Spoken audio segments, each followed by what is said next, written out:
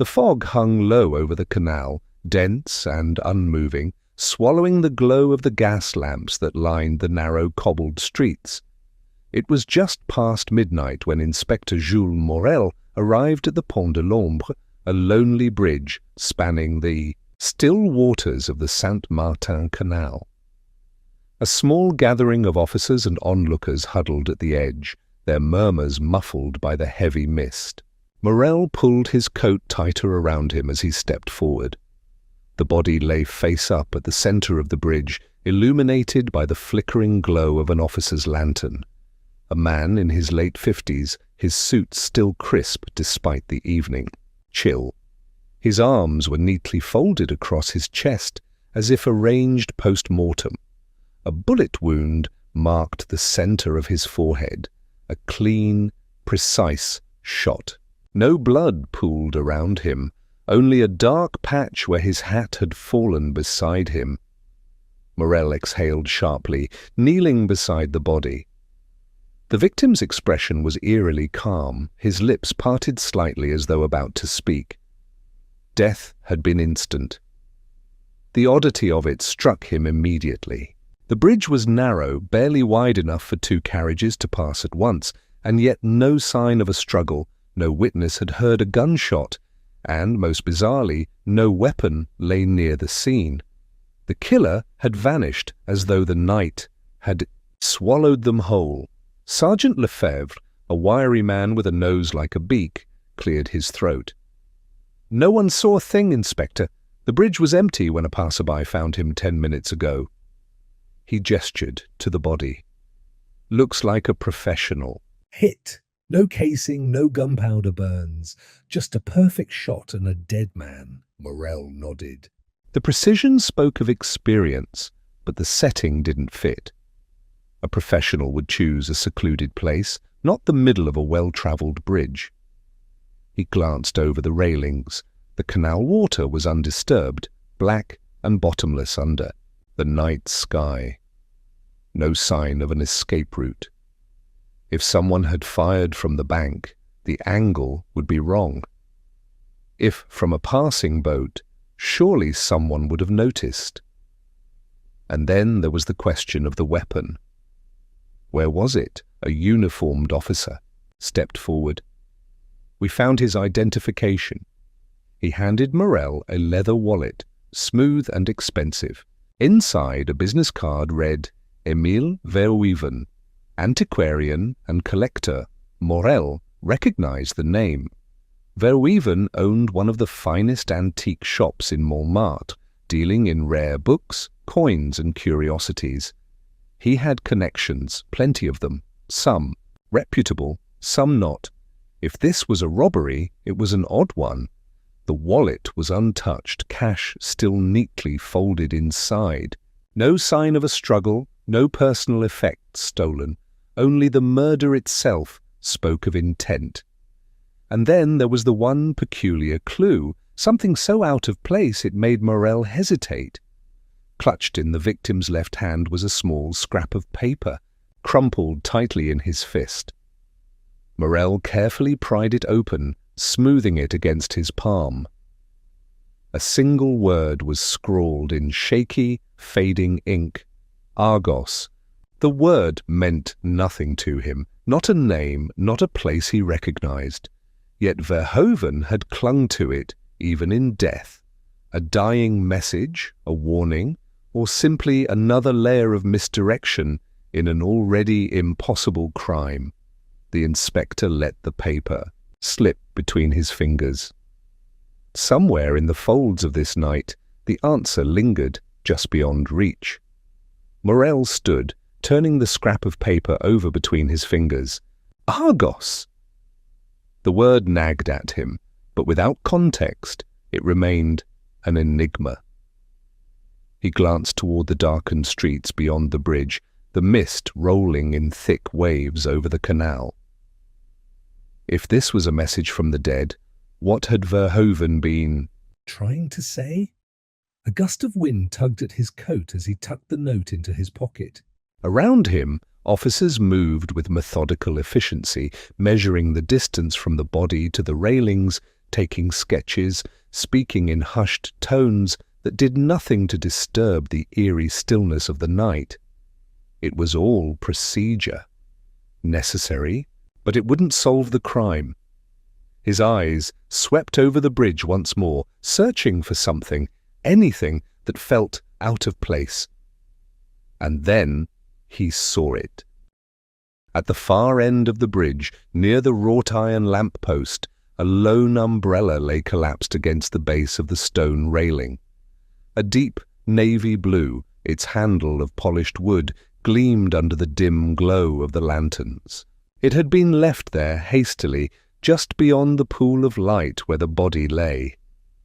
Morel moved toward it, his shoes echoing softly against the damp stones. He crouched, running his fingers over the fabric. Dry. Not a drop of moisture clung to it, despite the evening's humidity. It hadn't been used for shelter. Sergeant Lefebvre appeared at his side, following his gaze. "Looks like someone dropped it in a hurry." Morel nodded but said nothing. It was too deliberately placed, too pristine. If it had belonged to Verhoeven, it would have been near his body, not discarded at a distance. No, this had been left behind, perhaps in the killer's haste, or perhaps as something more deliberate.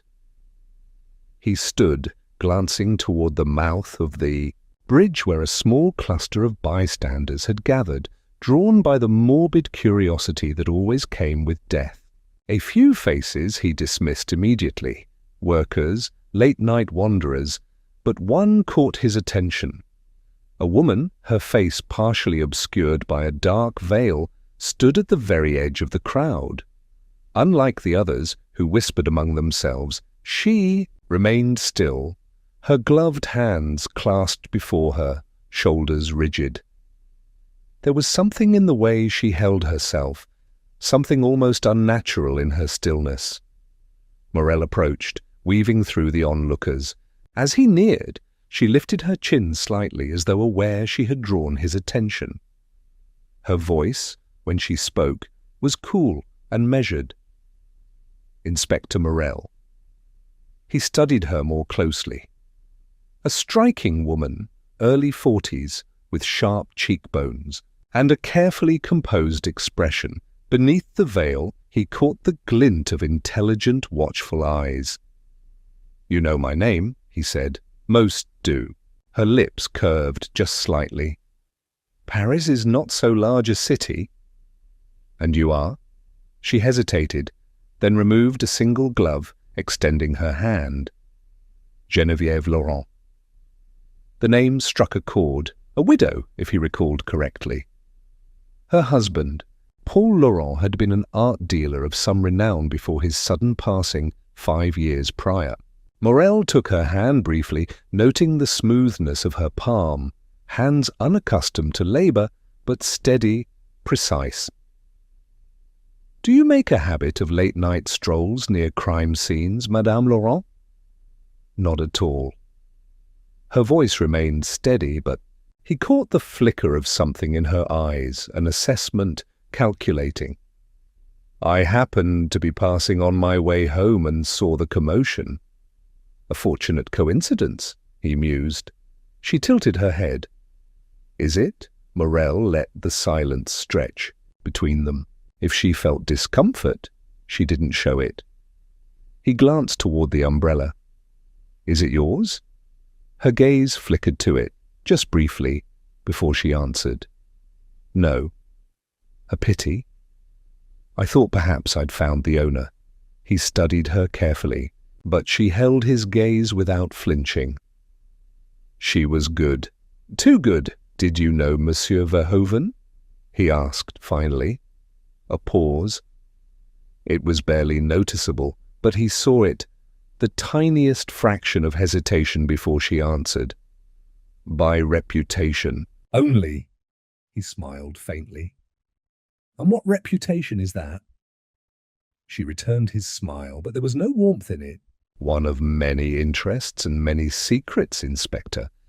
I assume you'll be learning them soon enough." With that, she turned, stepping back into the shadows. Morel watched her go, the scent of something floral lingering in the air where she had stood. She was lying, of that he was certain. The question was why. He turned back toward the body, his mind already working. There were too many questions and not enough answers, but the picture was beginning to form, the first hints of deception seeping through the cracks, and somewhere within it all, the word still lingered. Argos. Morel lingered on the bridge a moment longer, his gaze trailing after Geneviève Laurent as she disappeared into the mist. A woman of her stature did not simply stumble upon crime scenes by chance. He had no proof of her involvement, not yet, but the faint hesitation in her answers had been enough to set his instincts alight. She was withholding something, whether out of fear, guilt, or something more calculated, he would soon find out. He turned back to Sergeant Lefebvre, who stood waiting with the patience of a man who knew better than to interrupt his superior's thoughts. "Who found the body?" Morel asked. Lefebvre gestured toward a man standing a few feet away, shifting, from foot to foot, wringing his hands. Thin, balding, and dressed in a threadbare overcoat, he looked like someone who had spent his life lurking at the edges of polite society. A lamplighter, Morel guessed, or perhaps a clerk who had long since lost his way. The man flinched as Morel approached, his eyes darting between the inspector and the body on the bridge. "You were the first to see him?" Morel asked. The man nodded rapidly. "Yes, Inspector. I was walking home from the café on Rue Oberkampf, taking my usual shortcut across the canal. And there he was, just lying there like he had been waiting for me to find him." His voice quivered, his hands twisting together as though he could wring the memory from them. Morel studied him. The reaction was not entirely unusual. Stumbling upon a fresh corpse had that effect on most people, but something about the man's nervous energy seemed excessive. "Your name?" "Henri Bisset." "And did you see anyone else on the bridge when you arrived?" "No, Inspector. The bridge was empty, just the dead man and the fog." He swallowed hard. "I didn't know what to do. I thought maybe he was drunk at first, but then I saw—" His voice trailed off as his gaze flicked toward the bullet wound. "You didn't hear anything before you arrived? A gunshot?" "No." "Inspector, not a sound?" Morel watched him carefully. "Did you touch the body?" Bisset's eyes widened. "No, I swear it, He hesitated, his throat bobbing as he swallowed. I checked his pulse, just for a second, but he was already dead. A small detail, but a curious one." "Why check the pulse of a man shot clean through the forehead? Most would take one look and know it was too late." Morel made a mental note to revisit that later. "Did you know the victim?" Bisset shook his head. "No, sir. Never seen him before." The lie was easy to spot. A flicker of the eyes, the slight tightening of his jaw. Morel leaned in slightly. "Are you certain?" A pause. Then a quick nod. "Yes, Inspector, I'm certain." Morel let the silence stretch, watching Bisset squirm under the weight of it. He wasn't ready to press harder yet. Instead, he turned away. "That will be all for now, Monsieur Bisset. Don't go far." As Bisset retreated into the shadows, Morel motioned for Lefebvre to keep an eye on him. Then he turned his attention to the next person in line, Madame Clément, the owner of a small bakery on the far side of the canal. A sturdy woman in her 50s, with flour dust still clinging to the hem of her apron, she stood with arms crossed, watching Morel with a mixture of curiosity and impatience. "You were nearby when this happened?" Morel asked. Madame Clément huffed.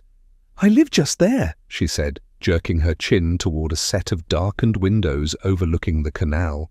I was closing up my shop when I saw that poor fool stumble onto the bridge and start shouting for help. I called the police, of course. You didn't hear anything before that? Not a thing, but that doesn't surprise me. She sniffed.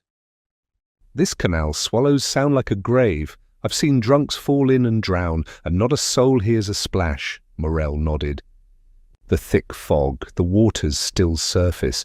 It was possible the gunshot had been muffled, lost to the night. Possible, but unlikely. Did you recognize the man? She hesitated.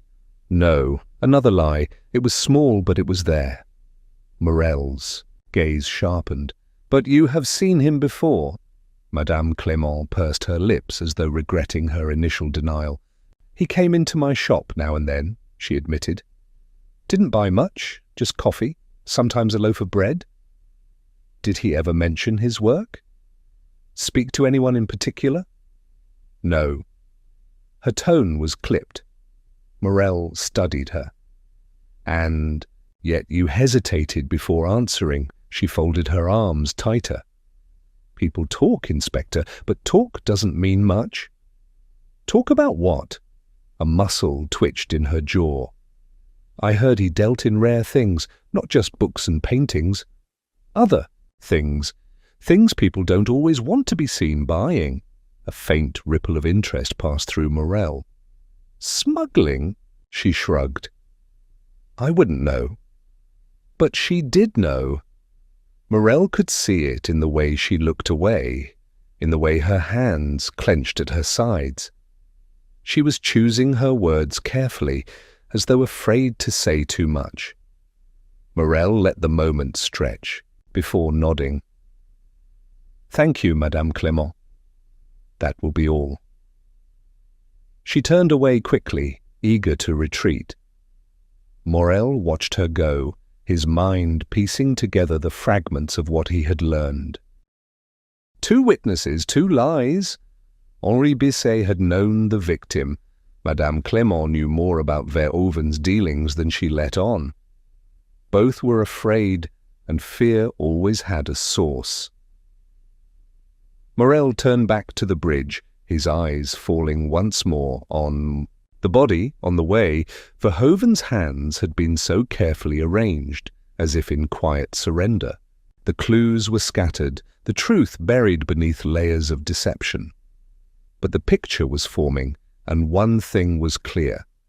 Whoever had killed Emile Verhoeven had done so with intent, precision, and a knowledge of the canal that few possessed, and somewhere in the tangled web of secrets, the name Argos waited to be understood.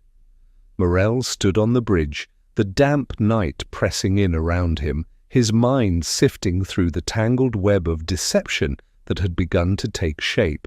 Every suspect had a reason to lie, but none had yet offered a clear path to the truth. Henri Bisset had known Verhoeven. He was certain of it. Madame Clement feared speaking too freely. And then there was Geneviève Laurent, whose presence near the crime scene had been too deliberate to ignore. But motives were never simple, and Morel knew better than to rush toward easy conclusions. He pulled his coat tighter against the night air and turned toward Lefebvre, who had been quietly observing from a few paces away. Where did Verhoeven Live? Lefebvre consulted his notebook. A small apartment on Rue Saint-Martin, not far from here. Then that's where we go next. The journey was short, the mist clinging to the narrow streets as they wound through the quiet district. The building was unimposing, its stone facade worn by time, the shutters on the upper floors drawn tight. Lefebvre knocked, and after a moment, an elderly concierge shuffled to the door, peering at them with wary eyes. "Emile Verhoeven," Morel said. "We need to see his apartment." The concierge exhaled slowly, nodding as he unlatched the door. "3rd floor, end of the hall." They climbed the narrow staircase, their footsteps echoing in the stillness. At the top, Morel pressed the door, open, stepping into a space that was sparse yet deliberate in its arrangement. The air was thick with the scent of old paper and something faintly metallic. A desk stood by the window, its surface scattered with books and notes. A single oil lamp cast flickering shadows over the walls. Morel moved to the desk, running his fingers lightly over the open pages. Literature, history, philosophy, but among them something stood out. A ledger, its spine cracked with use. He flipped it open, scanning the columns of names and figures. Some transactions were straightforward, purchases of rare books, sales of antiquities, but others were vague, cryptic. His eyes landed on an entry near the bottom of the page. Geneviève, Laurent, 3,000 francs, Argos, the name struck like a hammer. He traced the letters with his fingertip. What had Verhoeven given her, or what had she given him? And why had he felt the need to record it so precisely?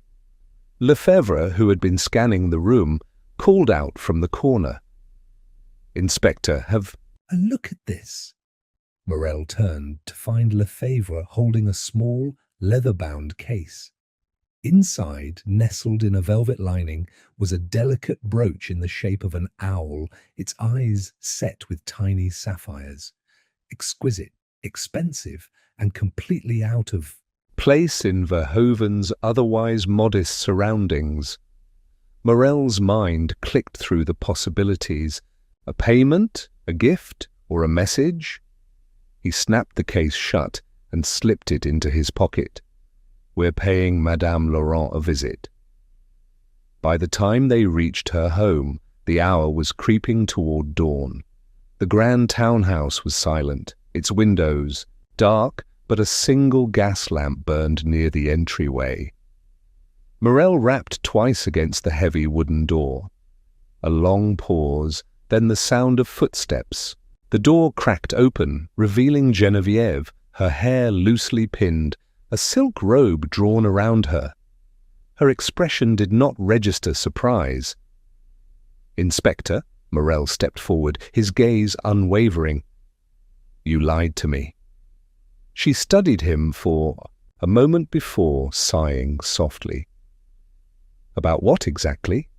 He pulled the ledger from his coat, turning it so she could see the entry.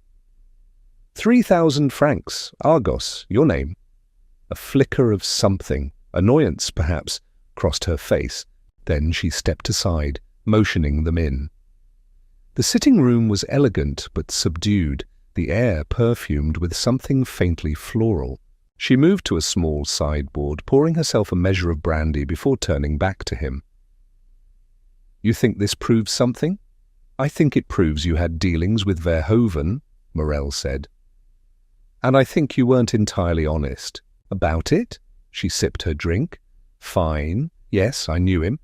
He procured things for me, books mostly, occasionally something more valuable. Like an owl brooch." Her hand froze for a fraction of a second before she set her glass down. "So you found it." "What does it mean?" she sighed, sinking into a chair. "It belonged to my husband. It went missing years ago." Morel studied her. "And Verhoeven had it?" A slow nod. "He contacted me last week. Said he'd found something of mine. I didn't ask where or how. I just paid for its return."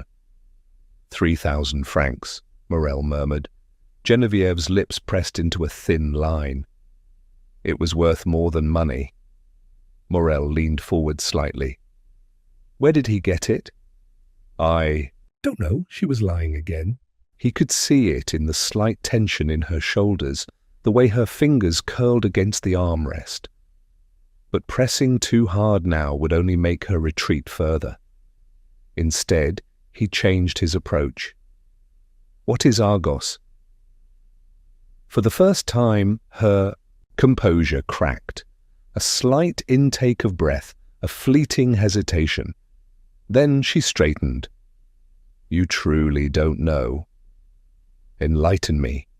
She exhaled slowly, as if weighing her words. Argos was a network, a name whispered in circles that dealt in things better left unseen, smugglers, thieves, collectors. Verhoeven wasn't just a bookseller, Inspector. He brokered secrets. Morel absorbed this. It made sense, too much sense. And what was his role? He connected people, she said simply. For a price. And you? Her gaze held his. I paid him for his services, nothing more. Morel let the silence stretch, watching the way her fingers drummed lightly against her knee. She was measured, careful, but not immune to pressure. Finally, he rose. You may not have pulled the trigger, Madame Laurent, but you are tangled. In this web, whether you admit it or not. She watched him with unreadable eyes. And what will you do next, Inspector? Morel buttoned his coat. I'm going to find out who killed Emile Verhoeven. As he stepped out into the night, the puzzle pieces began shifting into place. Verhoeven had been more than a seller of rare artifacts. He had been a broker of secrets, and that had made him dangerous. Dangerous enough for someone to silence him, and in the heart of it all, the word Argos pulsed like a heartbeat, waiting to be unraveled. The following evening, the newspapers screamed of triumph. Bookseller's murder solved, local thief arrested. The name beneath the headline was one Morel recognized, Henri Bisset. The young man who had sworn, wide-eyed, that he barely knew Emile Verhoeven now sat in a holding cell, accused of murder. Morel held the paper between his fingers, scanning the rushed conclusions drawn by the police. A stolen artifact from Verhoeven's shop had been found in Bisset's possession. A witness, one of the dock workers, claimed he had seen Bisset near the bridge on the night of the murder.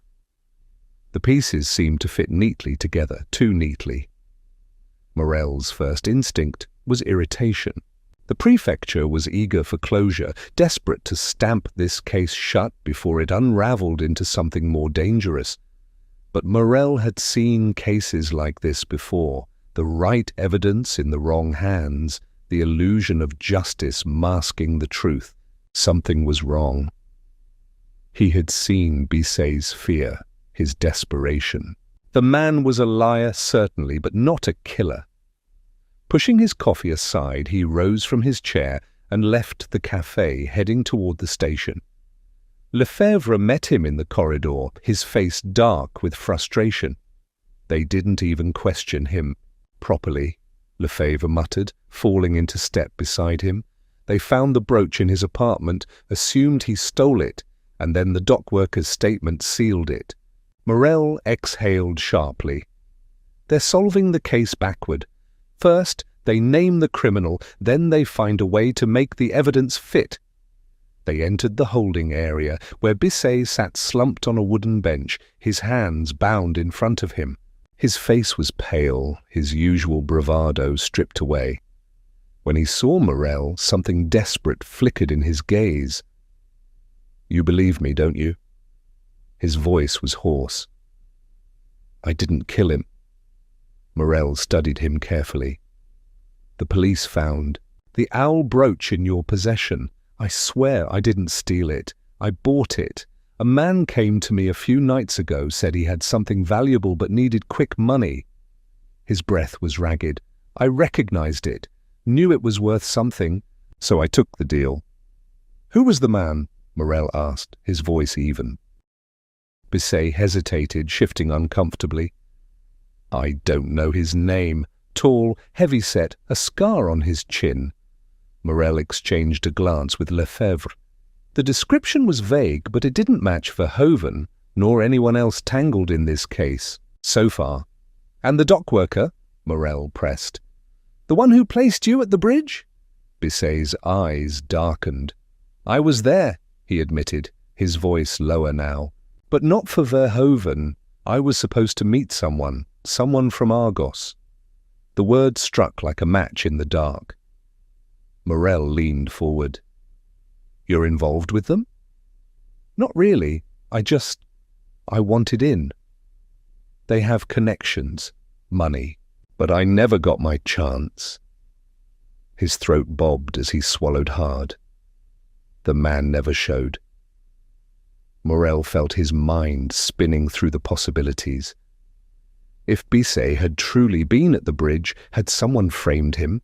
Or had he seen something that night, something dangerous?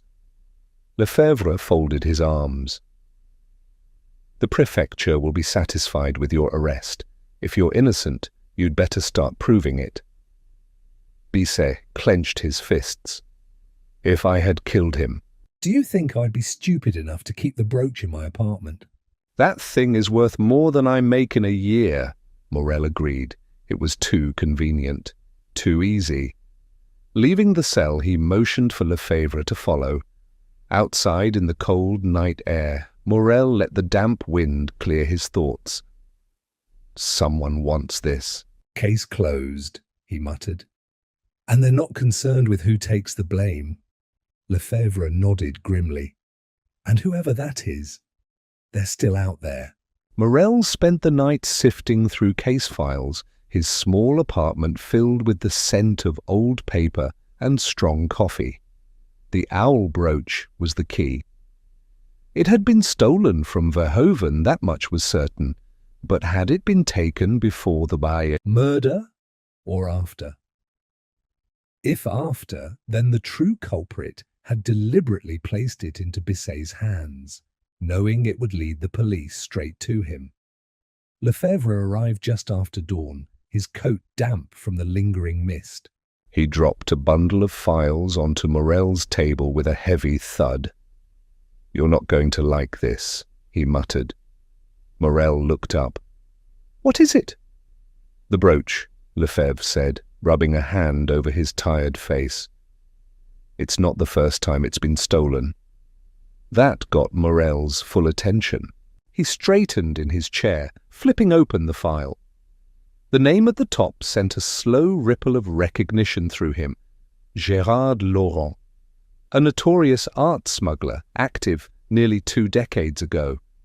Morel had studied his work in the academy, the way he moved stolen goods across Europe with a network so carefully woven that the police had spent years trying to unravel it. Eventually, Laurent had been arrested, but not before his associates had vanished into the shadows. Morel frowned. "Laurent is dead." "Yes," Lefebvre confirmed. "Died in prison 7 years ago, but some of his old crew are still around."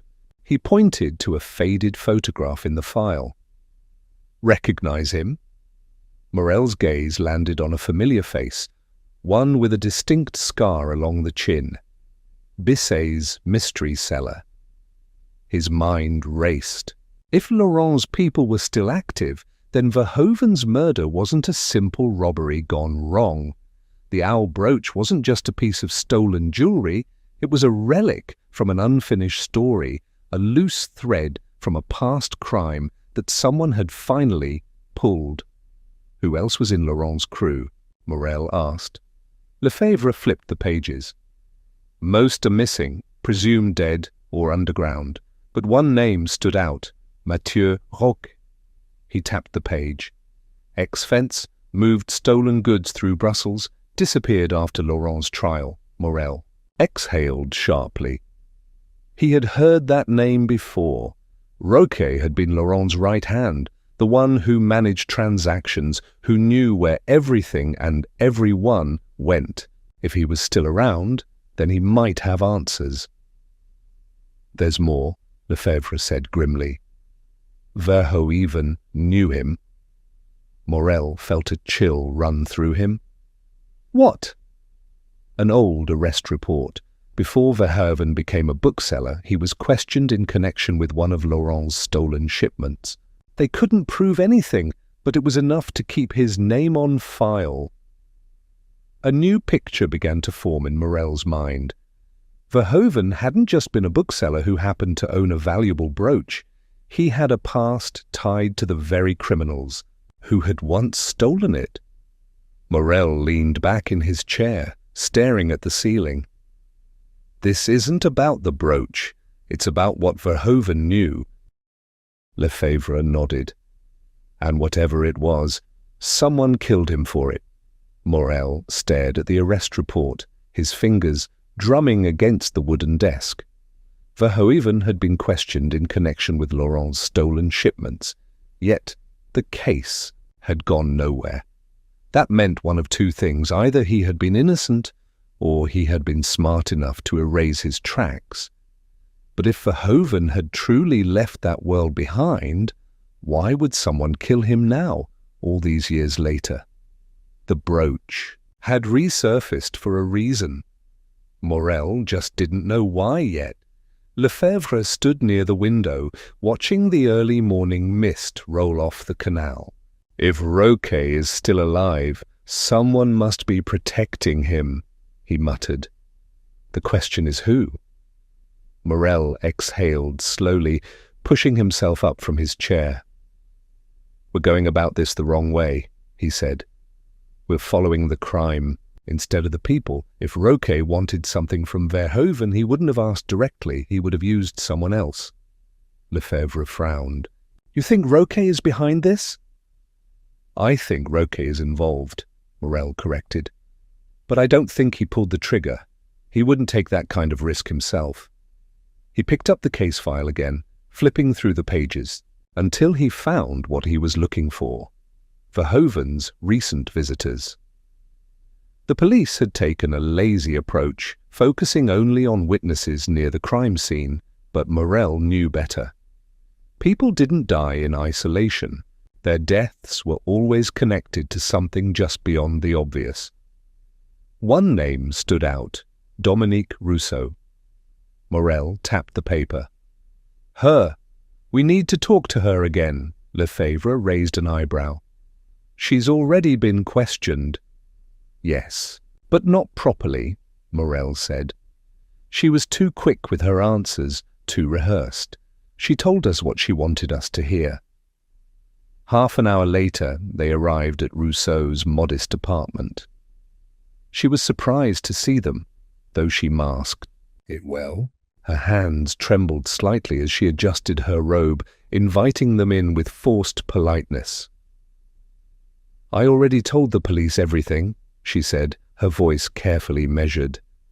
Morel watched her closely, noticing the slight hesitation before she spoke, the way her gaze flickered toward the clock on the wall. People lied in different ways.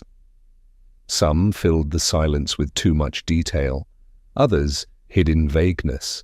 Rousseau was the latter.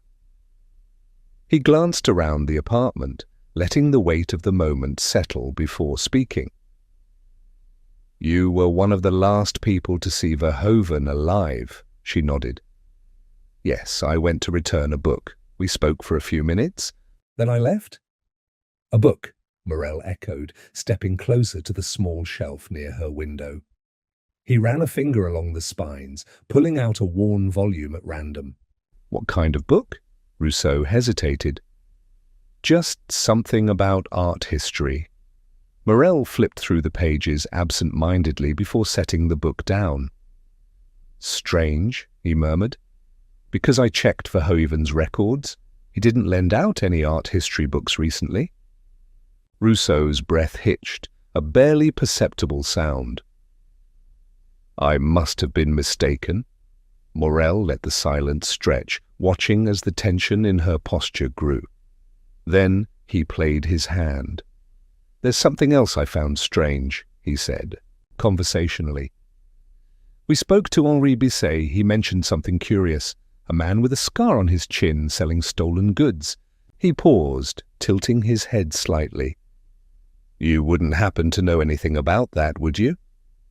Rousseau's eyes widened, but she caught herself quickly shaking her head. "I don't know anything about stolen goods." "No, of course not," Morel said smoothly. "But you do know Roquet." This time she flinched. It was subtle, but it was there. A crack in the facade. Lefebvre stepped in. We're not here to arrest you, Dominique. We just want to know what really happened. If you're protecting someone, now is the time to speak. Her hands tightened into fists, her nails pressing into her palms. For a moment it seemed like she might deny it again, but then her shoulders sagged. I didn't know what they were planning, she said, her voice barely above a whisper. I swear. Morel leaned in slightly. Who? She swallowed hard. Roque, and another man. I don't know his name. They came to me because I used to handle transactions for Laurent's people a long time ago. They thought I could help. Her voice wavered. They were looking for something Verhoeven had. Something he wasn't supposed to keep. Morel's pulse quickened. What was it? She shook her head. I don't know. He refused to give it up. He told them he had destroyed it, but I don't think they believed him. Morel exchanged a glance with Lefebvre. This wasn't about money. It never had been. Verhoeven had been holding on to something dangerous, and whatever it was, it had gotten him killed. Rousseau exhaled shakily. I didn't think they'd actually... Her voice trailed off, thick with guilt. Morel straightened. Roque is still out there. If he thinks we're close, he'll try to cover his tracks. Lefebvre nodded. Which means we don't have much time. As they stepped out onto the foggy street, Morel's mind worked through the puzzle. The answer was close, just out of reach. But one thing was certain. Verhoeven's murder wasn't just about the past. It was about whatever came next. As Morel and Lefebvre stepped out onto the street, the damp morning air clung to their coats. The city was beginning to stir, shopkeepers unlocking doors, the distant hum of traffic thickening. But beneath that ordinary rhythm, something else moved. Morel could feel it, a shift just beyond reach, like a shadow watching from the corner of his vision. They had rattled the right cage. Now, something or someone was going to rattle back. We need to move fast, Lefebvre muttered, as they crossed the cobbled street toward their car. If Roque knows we're closing in, he won't wait around for us to tie things together. Morel nodded, his mind already working through the next step. Rousseau had given them something valuable, even if she hadn't realized it herself. Whatever Verhoeven had been hiding, it had been worth killing for. That meant it still existed, somewhere. Their next stop was Verhoeven's apartment.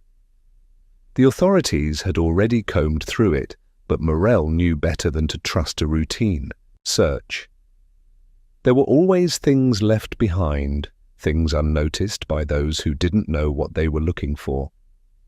The apartment was on the third floor of a quiet, unassuming building overlooking the canal. The door was still sealed with police tape, but Lefebvre made quick work of that. Inside, the air was stale, thick with the lingering scent of dust and books.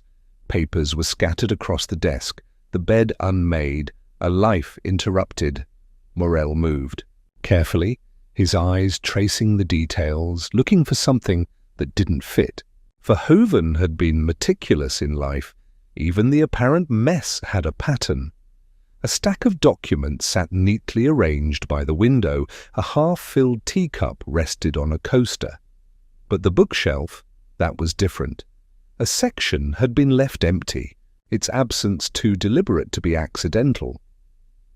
He kept something here, Morel murmured, running his fingers along the polished wood. Lefebvre knelt beside a locked drawer, producing a set of slim tools from his coat. If he had something worth killing for, he wouldn't have left it out in the open. A few quick motions, and the drawer clicked open. Inside, a small wooden box rested on a bed of old newspaper clippings. Morel lifted the lid carefully. Inside was a thin folder, its edges worn with age. He pulled out the contents, a series of faded documents, handwritten notes, and a single photograph. He scanned the image, his pulse quickening. It was an old picture, taken years ago, showing three men standing near a canal bridge. Verhoeven was on the left. The man in the centre was unfamiliar, but the one on the right— "Roquet," Lefebvre breathed. Morel nodded. The photograph placed them together long before any of this had started. But it wasn't just a picture.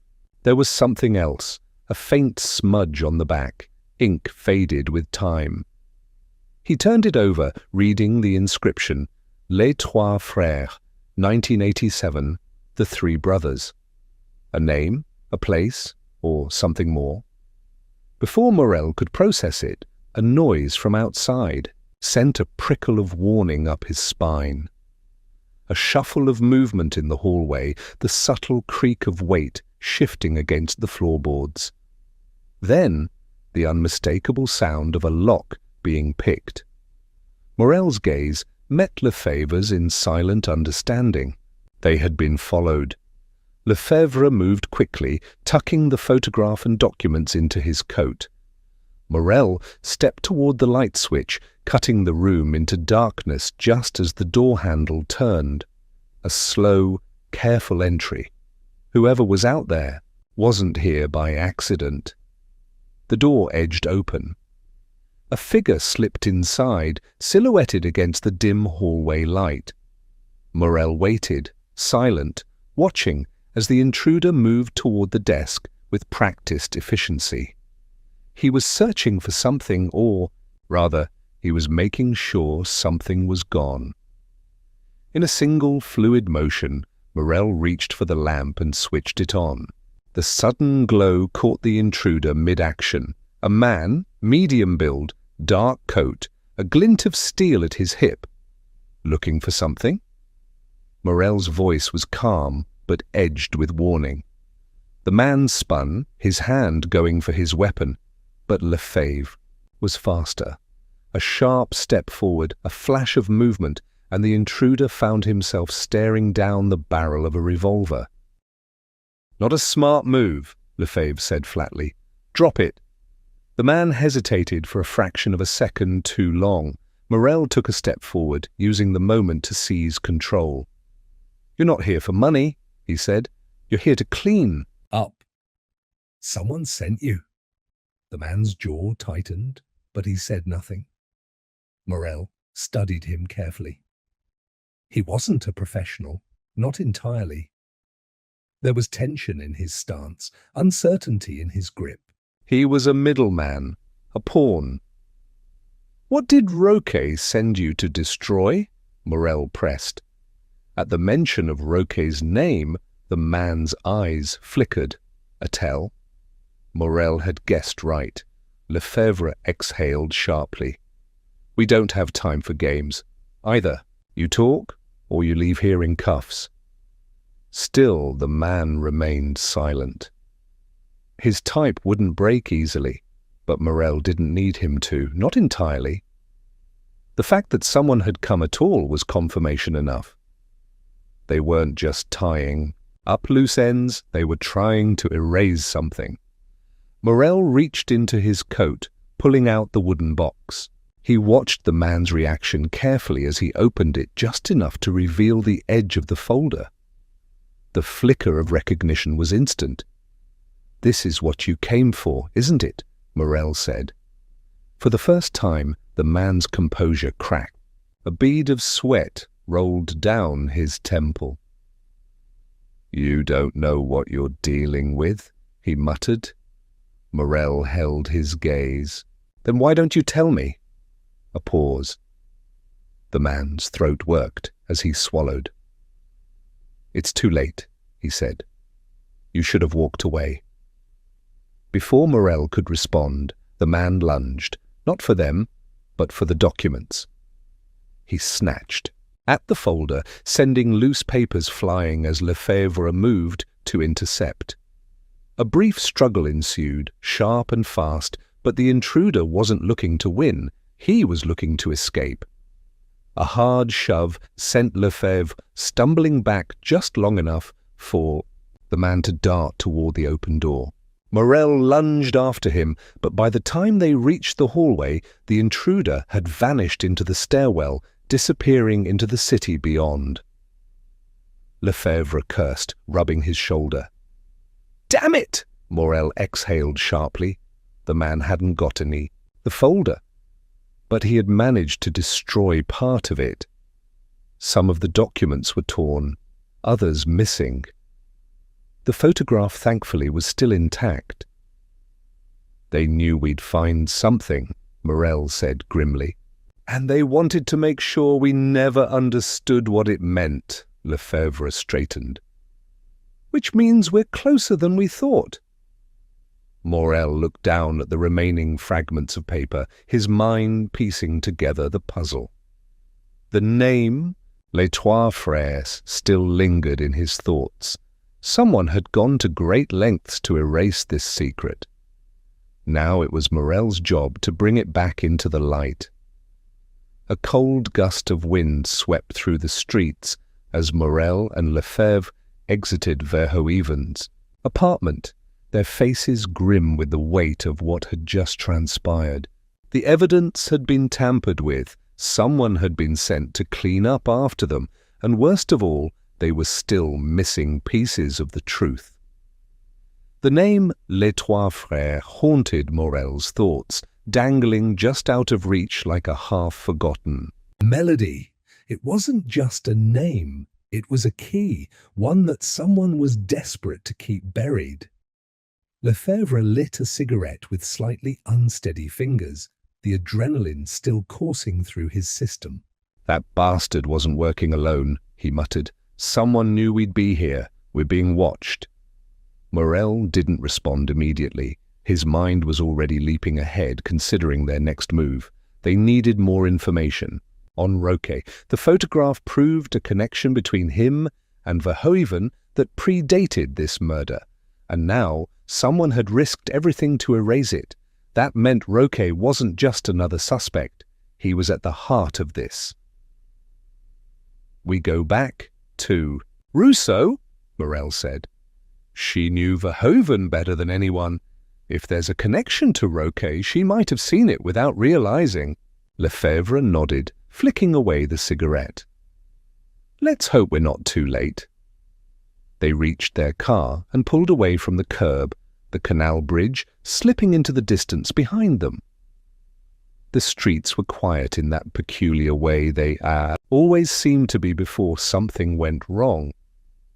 15 minutes later, they arrived outside Rousseau's bookstore, a dim light still glowing in the window. The wooden sign above the door swayed gently in the wind.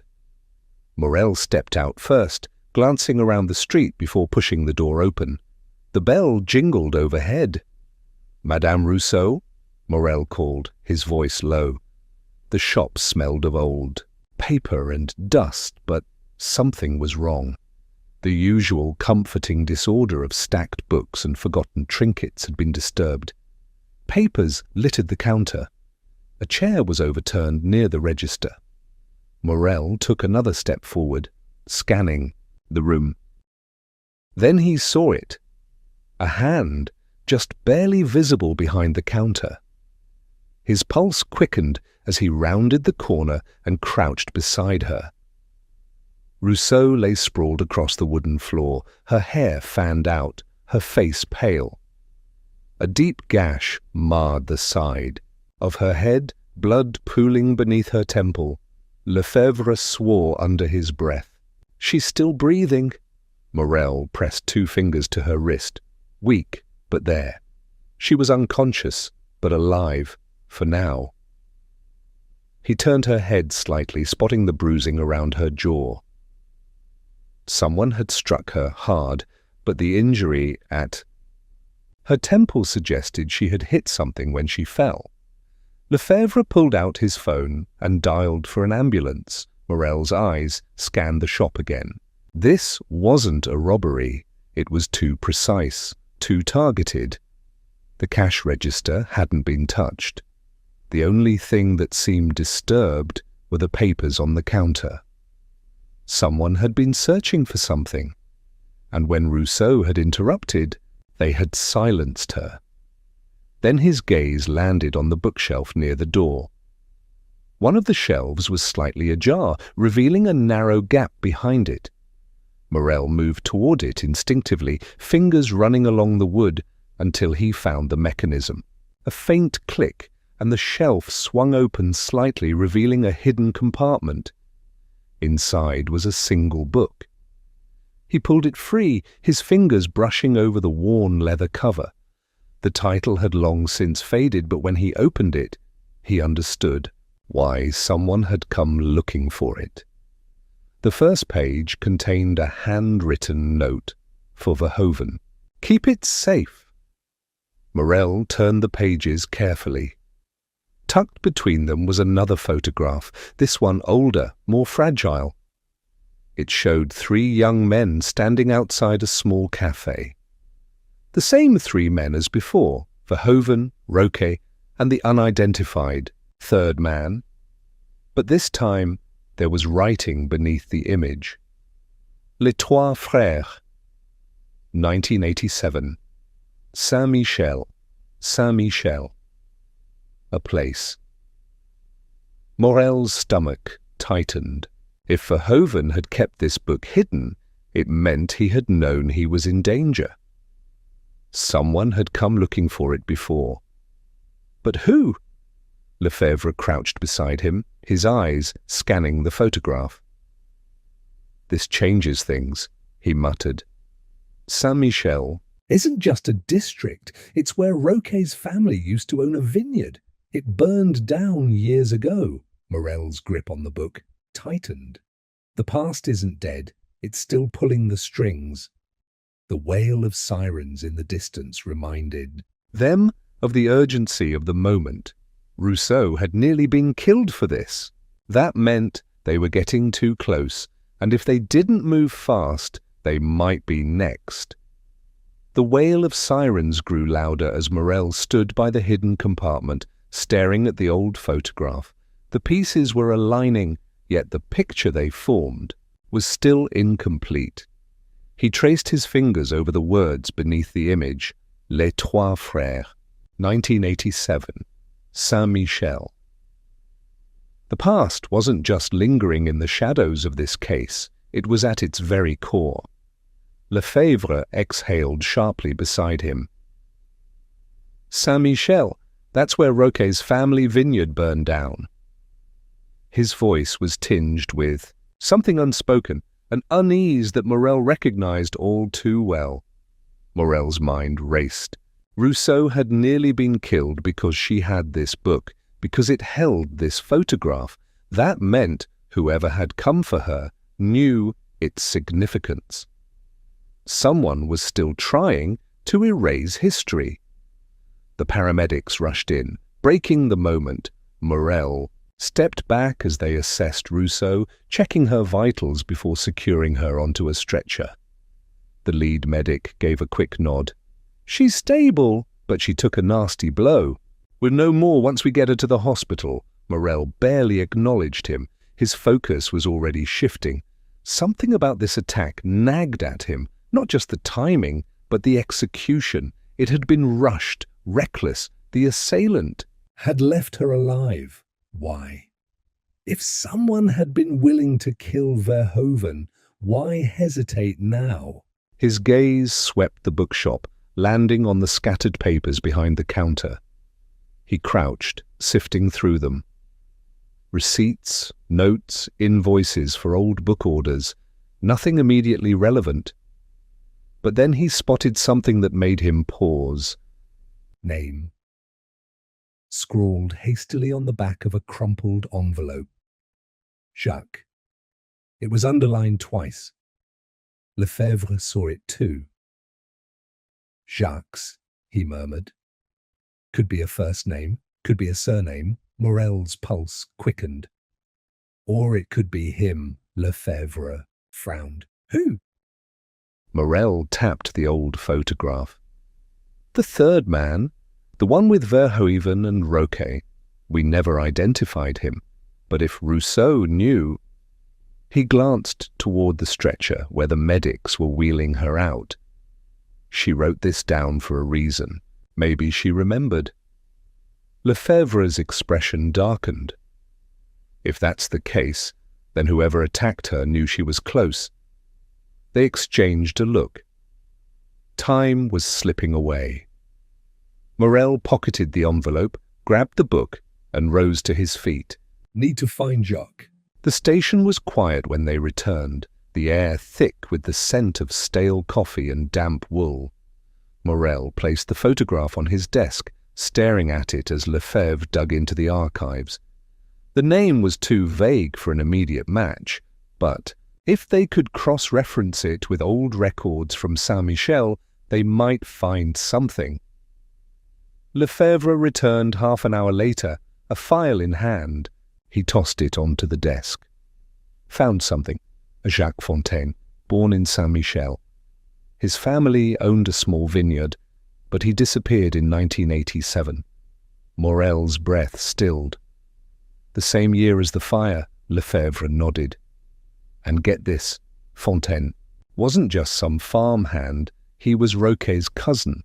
A chill settled over Morel. So Roquet, Verhoeven and Fontaine, 3 young men, childhood friends. Something happened in 1987, the fire, Fontaine's disappearance, and now, decades later, Verhoeven is dead and Roquet is running. Lefebvre's jaw tightened.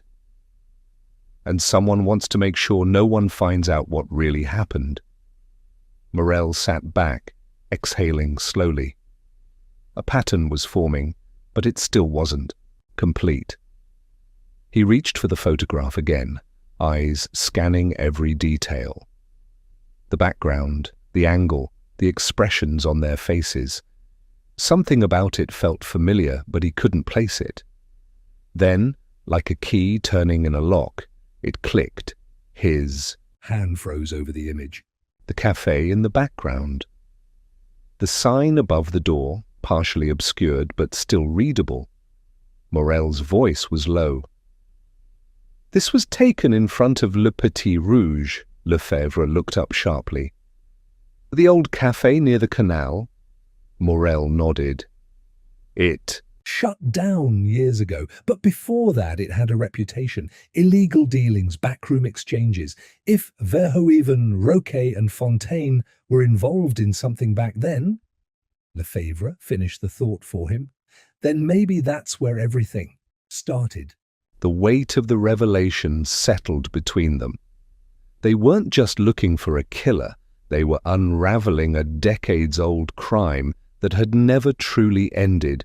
And if the past was finally coming to light, it meant the person responsible was desperate to keep it buried. Morel tapped the photograph once more, his eyes steady. We're going to Le Petit Rouge. The drive to Le Petit Rouge was tense, the streets damp with the evening's drizzle. Morel barely spoke, his mind churning through the implications of what they had just uncovered. The cafe, long abandoned, wasn't just a location. It was a crossroads of the past and present, the place where everything had begun. If Fontaine, Verhoeven and Roquet had been there the night of the fire, then it wasn't just an old ruin. It was a crime scene, frozen in time. Lefebvre glanced at him as he drove. You're thinking it too, aren't you? This wasn't just an accident in 87. Something happened that night. Something that's still controlling this case. Morel nodded. And whatever it was worth killing for. They arrived at the Canal Bridge, its iron railings slick with moisture. The cafe sat just beyond, its faded red facade barely visible under the streetlights. The boarded-up windows were weathered, the front door bolted shut with rusted chains. Morel stepped out first, his shoes crunching against the wet gravel, as he took in the structure. Decades of abandonment hadn't erased the history buried within these walls. Lefebvre broke the silence. We're not getting in through the front. Morel moved toward the side alley, where a smaller door stood slightly ajar. It had been forced open recently. Someone else had been here. He exchanged a look with Lefebvre, then pushed inside. The interior smelled of mildew and dust, the remnants of overturned chairs and broken tables scattered across the floor. Old newspaper clippings clung to the walls, faded headlines from the late 80s whispering forgotten stories. Morel's flashlight skimmed over them, his heart stopping when he saw one particular article, Saint Michel Vineyard. Fire 1 dead, 2 missing. The photograph beneath the headline showed the charred ruins of the Fontaine family estate. The article was yellowed with age, but the details were clear. 2 teenage boys, presumed dead. Jacques Fontaine was among them. But Fontaine hadn't died. Morel turned sharply to Lefebvre. This was the cover-up. Fontaine disappeared that night, but he didn't die in the fire. Lefebvre's expression hardened. Then why stay hidden for all these years? And why kill Verhoeven now? Or Morel could answer. The creak of a floorboard echoed through the silence. They weren't alone. A shadow moved in the far corner of the cafe. Morel's hand went to his holster. Come out, slowly. The figure hesitated before stepping into the dim light. It was Roquet. He looked older than before, his face gaunt, his hair disheveled. His hands trembled slightly as he raised them in surrender. I knew you'd come here, he murmured. Morel's grip on his gun remained firm. Because this is where it started, isn't it?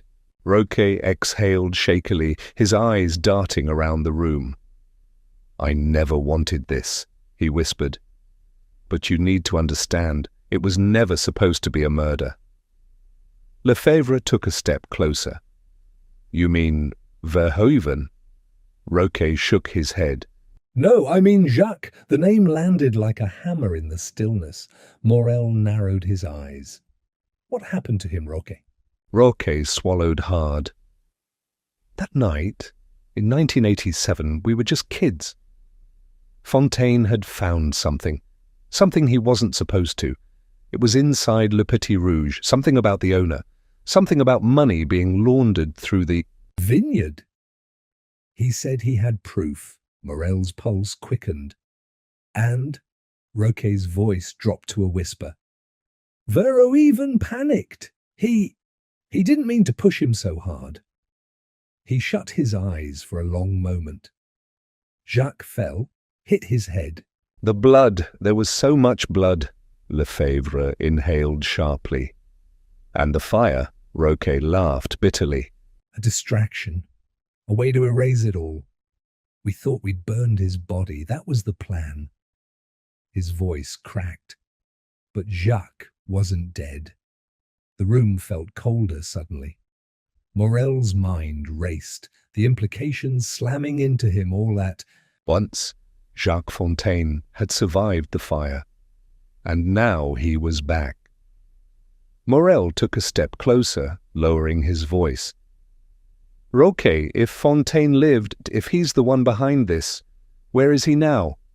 Roquet's breathing was uneven. I don't know. But if he's cleaning up the past... He hesitated, then looked Morel dead in the eye. Then I'm next. A gust of wind rattled the broken windows. Somewhere outside, the canal waters lapped against the stone. Morel clenched his jaw. Fontaine had waited years to reclaim his name, his vengeance. And now he was nearly finished. But Morel wasn't about to let him win. We're going to find him, he said firmly. And for the first time since the case began, the true shape of the crime was finally coming into focus.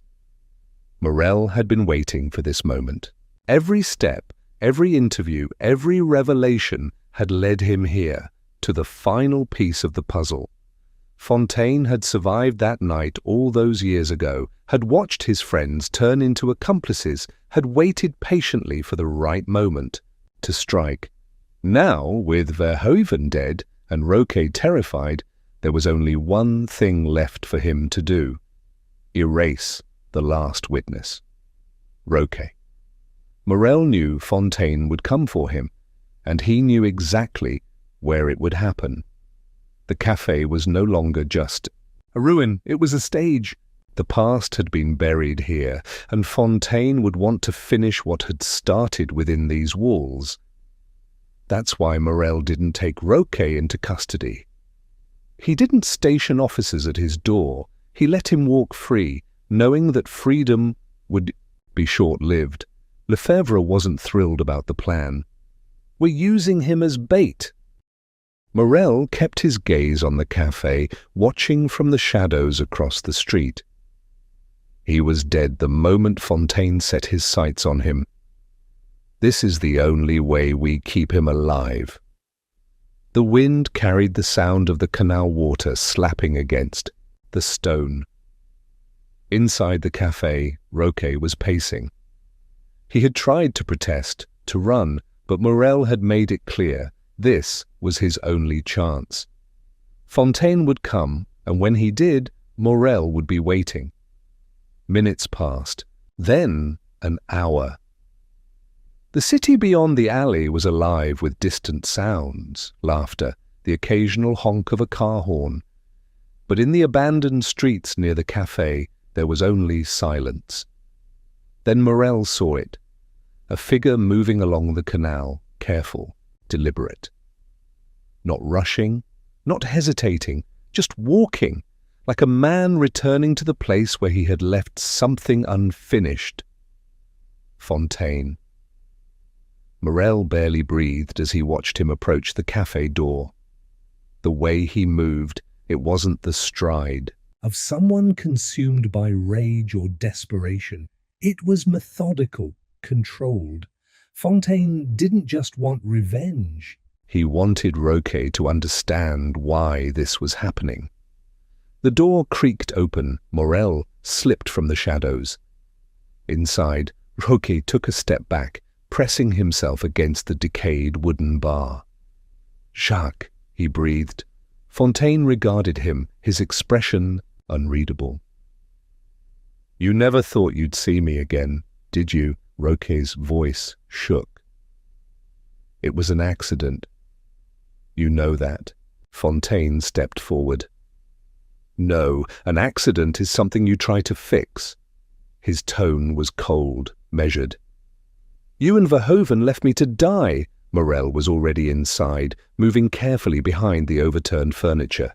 He had to wait, had to let Fontaine get close enough, let him believe he was in control.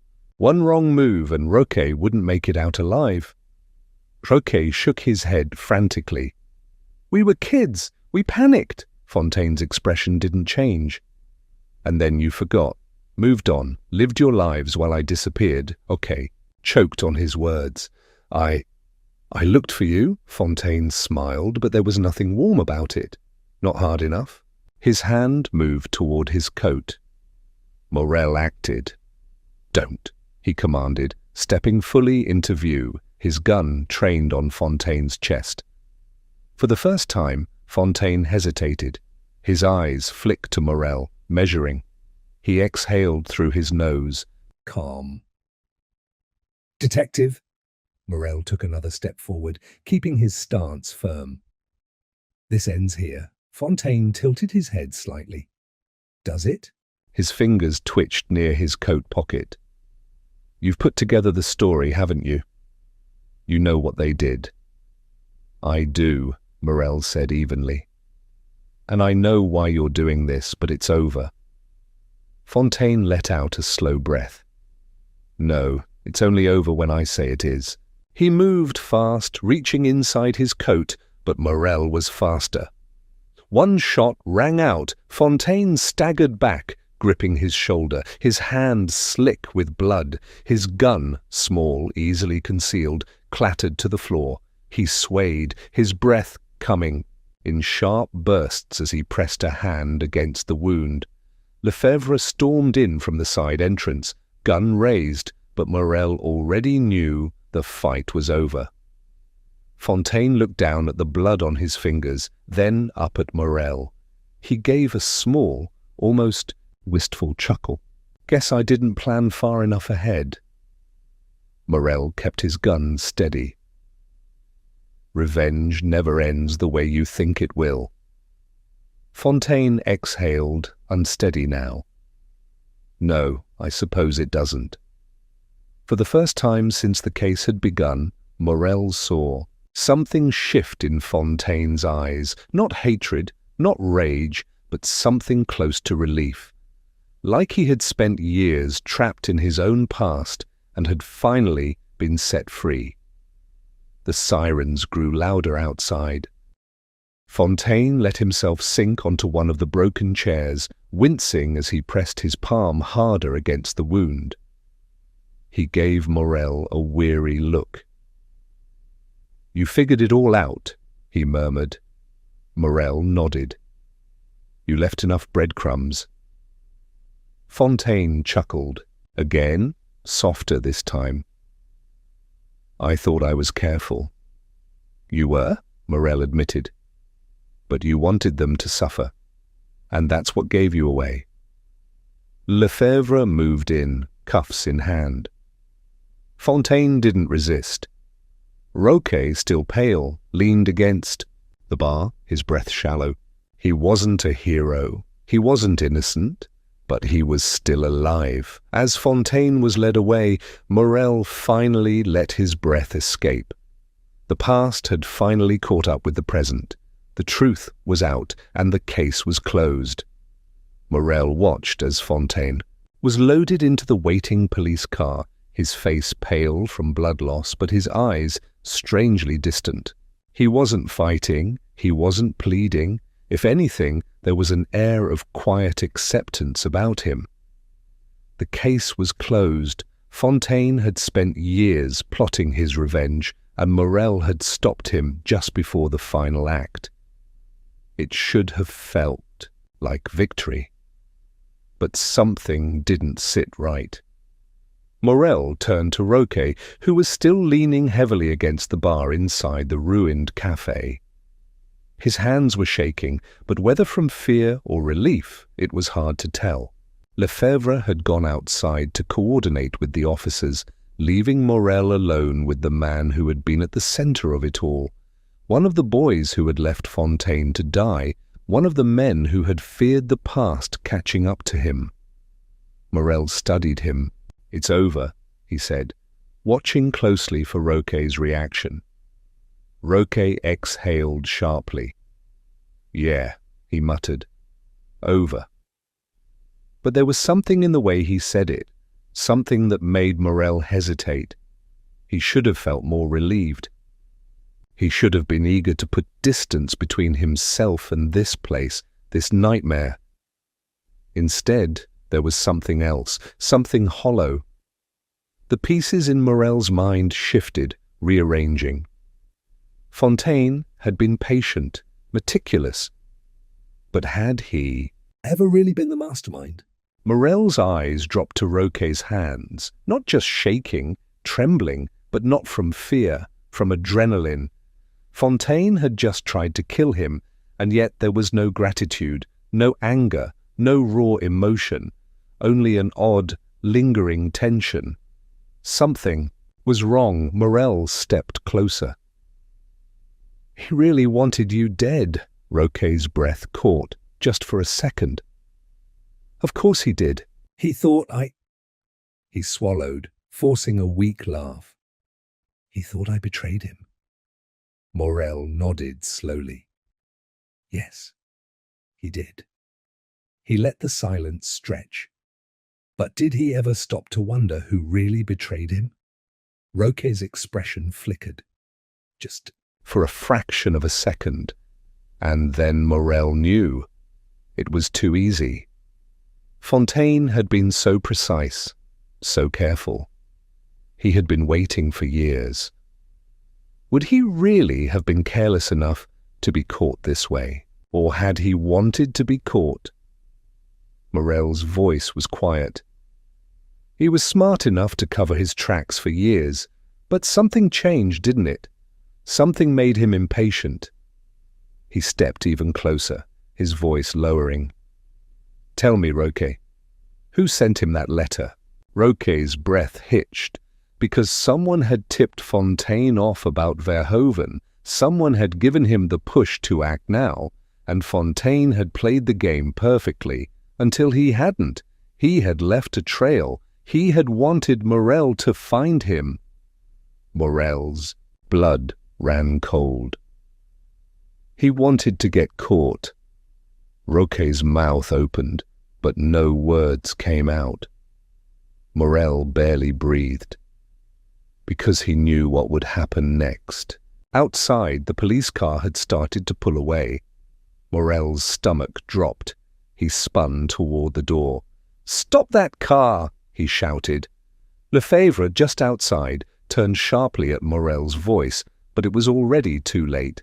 The explosion ripped through the night, a violent burst of fire and metal. The blast wave knocked Morel back into the café, sending Roquet stumbling to the floor.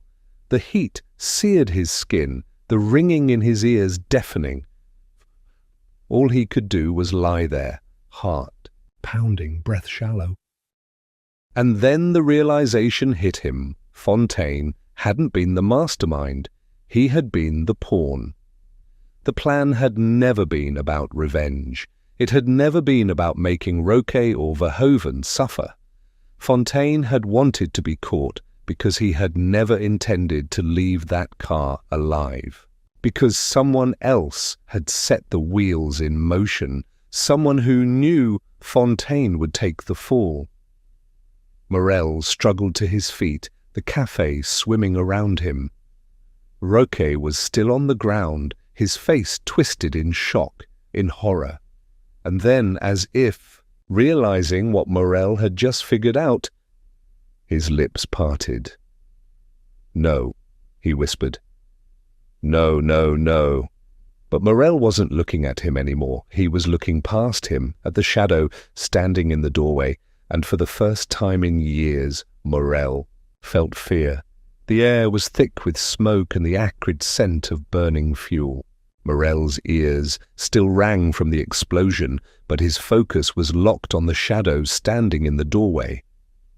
The figure stepped forward, illuminated by the flickering neon sign outside. Verhoeven. His tailored coat was dusted with ash, his expression carefully controlled. Not a flicker of surprise at the wreckage outside, not a single bead of sweat despite the tension gripping the room. He was composed, too composed. Roquet scrambled to his feet, his breath coming in short, panicked gasps.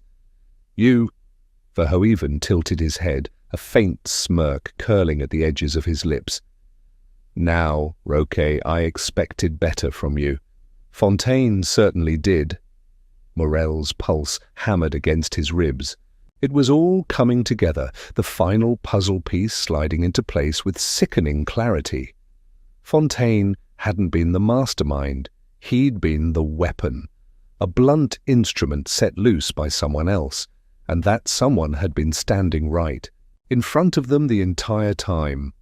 Verhoeven took another step inside, his hands sliding into his coat pockets. "Oh, you're both looking at me as if you didn't see this coming," he mused. "Detective, I would have thought you would have figured it out sooner."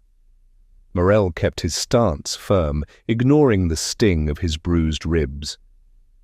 "Fontaine wasn't the real threat," he said slowly, testing the waters. "You fed him just enough information to make him act. You wanted him desperate, and when he finally took the bait, you made sure we caught him." Verhoeven exhaled softly, as if indulging. A slow-witted student. "Come now, Morel. Fontaine was a loose end, and loose ends need to be tied up." His eyes flicked toward the burning wreckage outside. "Preferably permanently." Roquet's voice was hoarse, barely above a whisper. "You set him up," Verhoeven let out a quiet chuckle. "He set himself up. All I did was provide a little encouragement." He took another step forward, his polished shoes clicking softly against the tiled floor. "You see, Fontaine was never going to stop. He was obsessed with the past. With you, Roquet." His gaze flicked toward Morel. And well, I couldn't allow that, could I? Morel tightened his jaw. You knew he'd try to kill Roque. You wanted that to happen, but more than that, you wanted us to catch him first. His mind raced, tracing the web Verhoeven had spun. You needed him to take the fall for everything, so when Fontaine died, the case would be closed and you'd walk away clean. Verhoeven gave a slow, measured nod. Now that is detective work. Outside, sirens wailed. The police were scrambling, the blast drawing in more officers than before. If Morel was going to act, it had to be now. Unfortunately, Verhoeven sighed, this conversation has run its course. His hand moved. Fast. Morel reacted on instinct. He lunged forward just as Verhoeven reached inside his coat. A glint of metal flashed in the dim light. A gun. Morel slammed into him, knocking Verhoeven off balance. The shot went wide, shattering a bottle behind the bar. Roque dove for cover as the café erupted into chaos.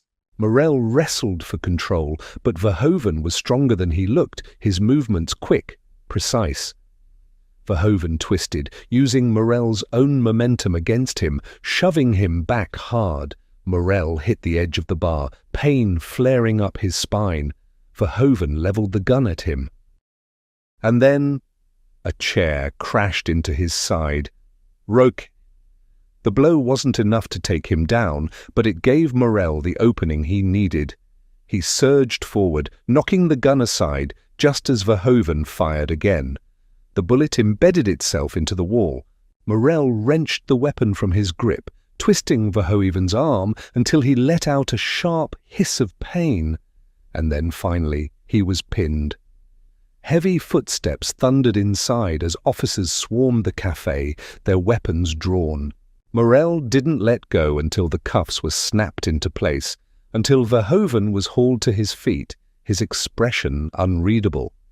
Lefebvre stepped forward, her eyes flicking between the wreckage outside and the scene inside. "I assume," she said, exhaling sharply. "You have an explanation?" Morel straightened, catching his breath. His gaze didn't leave Verhoeven's. "He played us all. Fontaine was never the real target. He was the distraction." Verhoeven's lips curled, slightly. Even in cuffs, he still carried himself like a man in control. Roque let out a shaky breath. "You killed him just to clean up your mess." Verhoeven turned his head slightly, regarding Roque with mild amusement. "No, Roque," he said. "I killed him because he was inconvenient," Lefebvre signaled to the officers. "Get him out of here." As Verhoeven was led away, Morel felt the weight of the entire case settle over him. Fontaine had been consumed by revenge, but in the end he had only been a pawn in a far more calculating game. Verhoeven had played everyone perfectly, right, up until the moment he hadn't. Justice had been served, or at least part of it. Because as Morel stood there, watching Verhoeven disappear into the back of a police car, he couldn't shake the feeling that this wasn't over. Not yet. Morel watched.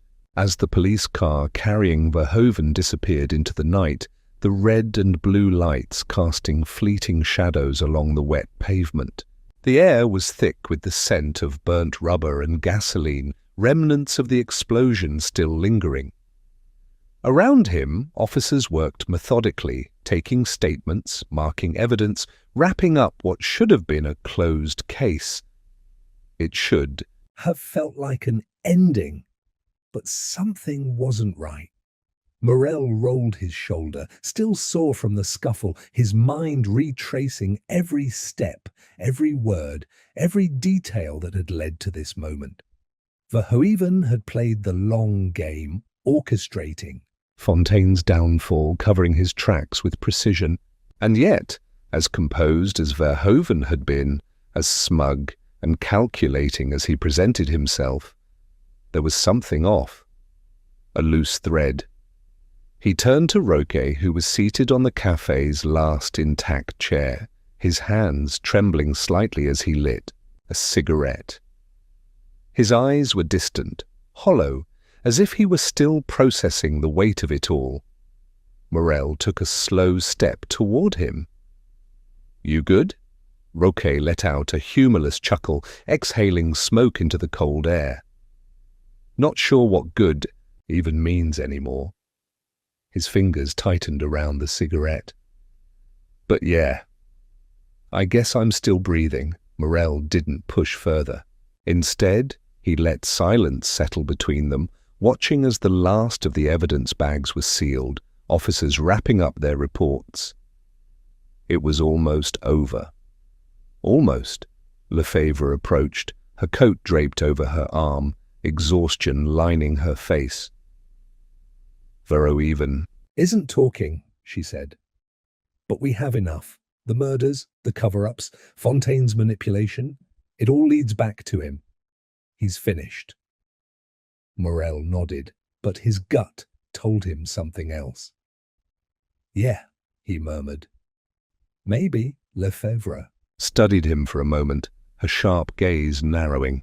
"You're not convinced?" Morel hesitated. "It's not that the case doesn't make sense. It's that it makes too much sense." He ran a hand through his hair, frustration simmering beneath the surface. Poirot even wanted Fontaine to take the fall, wanted us to think we'd solved it. But even after Fontaine was dead, Verhoeven still played along. He didn't try to run, didn't even seem surprised. Lefebvre crossed her arms. "You think there's someone else?" Morel wasn't sure. That was the problem. The pieces fit, but the picture they formed felt wrong. "I think Verhoeven was always 3 steps ahead of us," he admitted. "And I don't like the idea that he suddenly got sloppy." Lefebvre exhaled through her nose. "Maybe he knew there was no way out." "Maybe," Morel said, but the words felt empty. Roque flicked his cigarette to the ground, grinding it under his heel. What if he wanted to be caught? The thought sent a chill down Morel's spine. He looked at Roque, the gears in his mind turning. Lefebvre scoffed. "Why the hell would he want that?" Roque shrugged. "To protect something, or someone." His voice was quiet, but the weight of it hung in the air. Morel's pulse quickened. He turned back toward the scene, scanning everything with new eyes. What had they missed? What detail had been right in front of them? And then he saw it. A small evidence bag placed neatly on the hood of a squad car. Inside, a key. Morel moved before he fully understood why, his feet carrying him toward the bag. He picked it up, examining the small, unremarkable piece of metal. "What's that?" Roque asked, stepping beside him. Morel's mind was racing. He knew this key. He'd seen it before, Verhoeven's office. He turned sharply to Lefebvre. "Where's his personal effects?" Lefebvre frowned. "At the station. Why?" "Did anyone check what he had on him?" Morel asked. "I mean, really check?" Lefebvre's expression shifted, her exhaustion giving way to something else. Concern. "We inventoried everything," she said. "His watch, his wallet, a couple of documents." "What documents?" Morel pressed. She shook her head. "Bank statements." A lease agreement for a storage unit? Morel's heart skipped. "Where?" Lefebvre blinked. "What?" "The storage unit," Morel said, his grip tightening on the evidence bag. "Where is it?" Lefebvre pulled out her phone, scrolling through. The report. After a few seconds, she found it. "Rue de Marseille, Unit 47. Morel was already moving. Roque fell into step beside him. "You think whatever's there is what he was protecting?" Morel didn't answer. He didn't have to, because, deep down, he already knew. The mystery wasn't over. Not yet.